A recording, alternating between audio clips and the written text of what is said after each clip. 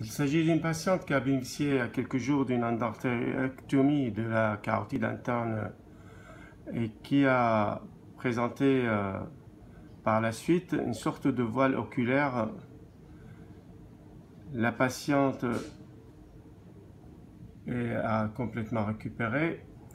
On voit à l'échodoppler de contrôle chez cette patiente au niveau de l'axe carotidien la présence de la carotide commune avec le bulbe carotidien et la carotide interne. On voit sur cette image la présence d'un trait de dissection qui longe l'axe artériel entre la carotide commune, le bulbe, jusqu'à la carotide interne, avec probablement ici une lésion de clampage responsable d'un obstacle peu significatif. Donc voilà cette image de trait de dissection post-endartérectomie sans qu'il y ait d'obstacle hémodynamique. On voit en Doppler couleur probablement un petit aliasing ici sans qu'il y ait une sténose significative, et on voit l'aliasing au niveau de la zone du clampage.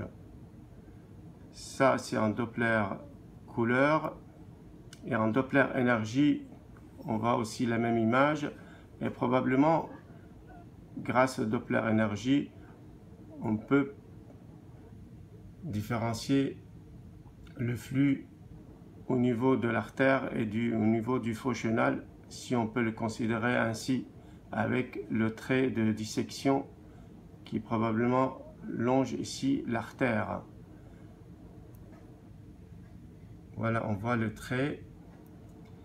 En coupe petit axe, on voit la bifurcation de la carotide avec la carotide interne et la carotide externe qui, comme on voit sur cette image, est perméable au début, avec la dissection et un petit flottement au niveau de la carotide externe qui se ferme par la suite par une thrombose qu'on voit clairement ici.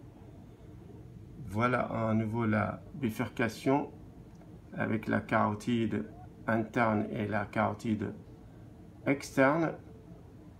Et on voit bien le trait de dissection flotter ici.